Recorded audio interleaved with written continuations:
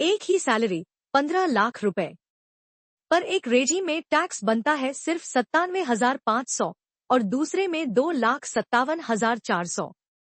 पूरे 1,60,000 का फर्क सिर्फ एक चेकबॉक्स की वजह से। ये है old versus new tax regime financial year 2025-26। और आज आईटीआर भरते वक्त यही चॉइस आपके हाथ में है। इस वीडियो में पूरा हिसाब, किसके लिए कौन सा रेजिम सस्ता है और वो ब्रेक इवन नंबर जो सब कुछ तय करता है। पहले बेसिक्स। सरकार आपको टैक्स भरने के दो रास्ते देती है।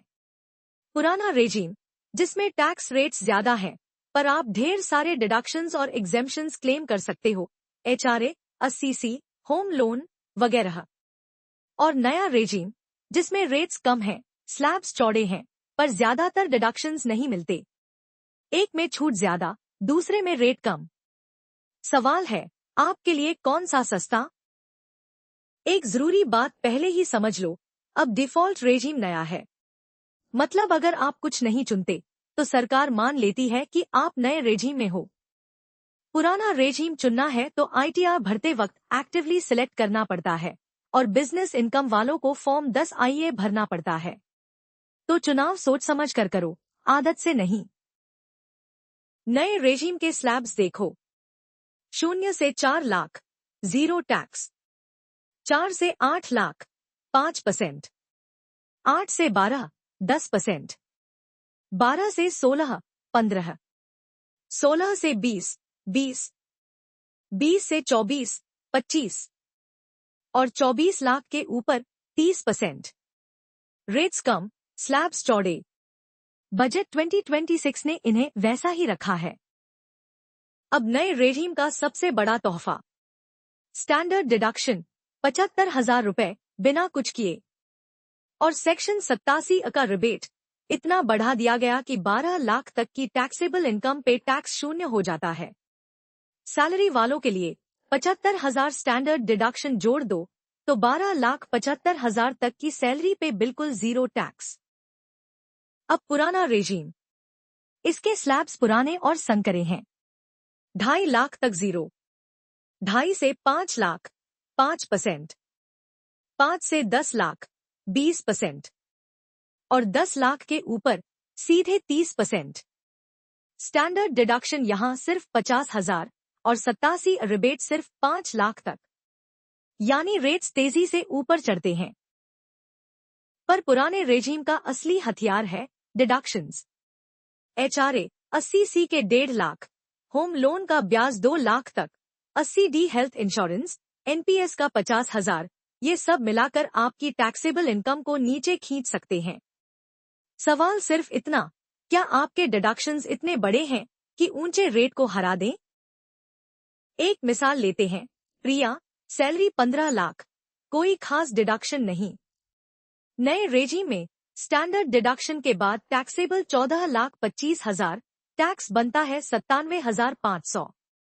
पुराने में टैक्सेबल 14,50,000, टैक्स 2,57,400। फर्क 1,60,000 रुपए। बिना डिडक्शंस के नया रेजिम साफ जीतता है। और यही ज्यादातर सैलरीड लोग गलती करते हैं। पुराने रेजिम में इसलिए रह जाते हैं क्योंकि हमेशा से यही भरते आए हैं। पर बिना बड़े डिडक्शंस के ये आदत हर साल हजारों रुपए की चपत लगाती है। तो देखते हैं कितने डिडक्शंस चाहिए पुराने को जिताने के लिए। वापस प्रिया के 15 लाख पे सिर्फ 80C का 1.5 लाख लगाओ। पुराने में टैक्स गिरकर 2,10,600। फिर भी नए रेजिम के 97,000 से बहुत ज्यादा। अब 80C, 80D और एनपीएस मिलाकर 2.25 लाख के डिडक्शंस, पुराना टैक्स 1,71,600। फिर भी नया सस्ता। समझ आया? छोटे मोटे डिडक्शंस काफी नहीं। अब असली नंबर। 15 लाख की सैलरी पे पुराने रेजिम को जिताने के लिए चाहिए करीब 5,44,000 रुपए के डिडक्शंस, स्टैंडर्ड डिडक्शन के ऊपर। मतलब पूरा 80C, 80D, एनपीएस और ऊपर से बड़ा एचआरए या होम लोन का ब्याज, सब एक साथ। तभी पुराना रेजिम बराबरी पे आता है। ज्यादातर लोगों के पास इतने डिडक्शंस होते ही नहीं। और ये नंबर सैलरी के साथ बढ़ता है। 10 लाख पे चाहिए करीब 4.5 लाख डिडक्शंस। 15 लाख पे 5,44,000। 20 लाख पे 7,09,000। 25 लाख पे 8 लाख। सैलरी जितनी ऊंची, डिडक्शंस का पहाड़ उतना बड़ा, तभी पुराना रेजीम फायदे में। तो पुराना रेजीम किसके लिए? उनके लिए जिनके डिडक्शंस सच में बड़े हैं। मेट्रो में मोटा एचआरए, चल रहा होम लोन जिसका 2 लाख तक ब्याज, पूरा 80C का 1.5 लाख, 80D और एनपीएस। अगर ये सब मिलाकर आपकी सैलरी का ब्रेक इवन पार कर रहे हैं, पुराना रेजीम आपके लिए है। और नया रेजीम ज्यादातर सैलरीड इंडियंस के लिए, जिनकी सैलरी 12.5 लाख तक है, या जिनके डिडक्शंस छोटे हैं, या जो 80C में पैसा फंसाना नहीं चाहते सिर्फ टैक्स बचाने के लिए। कम झंझट, ज्यादा टेक होम और अक्सर कम टैक्स भी। 2 मिनट में कैसे डिसाइड करें?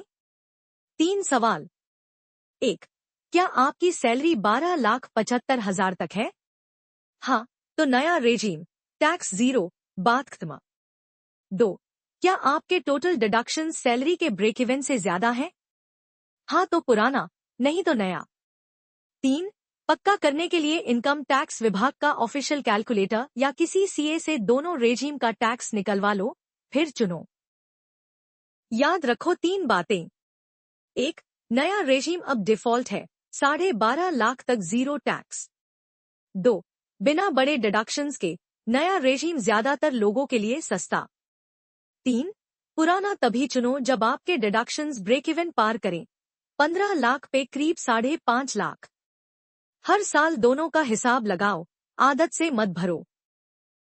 अगर ये वीडियो काम का लगा, सब्सक्राइब करो। हर हफ्ते एक मनी आइडिया, रियल मैथ के साथ। ये एजुकेशन है, टैक्स या इन्वेस्टमेंट एडवाइस नहीं।